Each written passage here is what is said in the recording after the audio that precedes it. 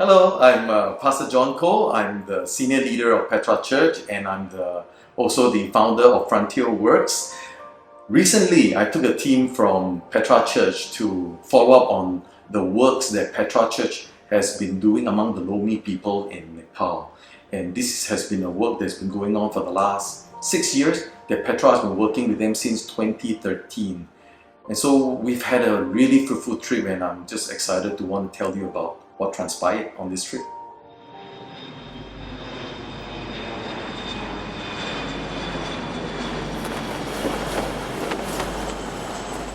So in 2013, I just feel a leading in my heart to go to Nepal, and through a mutual contact, they connected us to the Lhomi people. That's how we first got to know them. So in 2013, in the team that went into Nepal, we got acquainted with this group of people. They're beautiful people. These are, as I mentioned just now, Tibetans living on the Nepal side.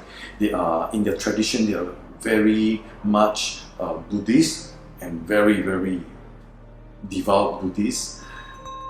Actually, they're known to be one of the hardest people to reach with the gospel.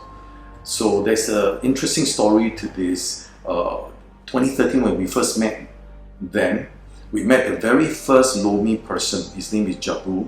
We call him Pastor Jabu. He was born again exactly 40 years before we met him. Already 40 over years ago, but he was in the ministry exactly 40 years when we first met him in 2013. And actually, it was a very God-arranged meeting with him, because when we went in 2013, he was very discouraged. His family was under attack from the enemy, spiritual ones, and also he was personally very downcast. So he was actually on the verge of giving up on the ministry and walking out. So when God brought us in at that pivotal time, we encouraged him, we ministered to him, his family, his church, his Lhomi group of believers. And by the grace of God, not only he did not give up on the ministry, it was a revival for him. And through him, actually, a revival broke out among the Lhomi since 2013. And especially among the young people.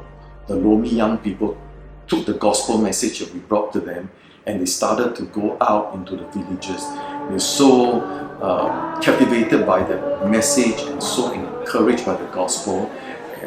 They started to form teams, young people, young adults, forming teams of groupings to go to take this message back to the Lhomi people into their villages, especially in Chakua, which is at the border next to Tibet. And that's where there are a lot of ethnically Tibetan Nepali living in the villages there. And it started actually a church planting movement out of 2013.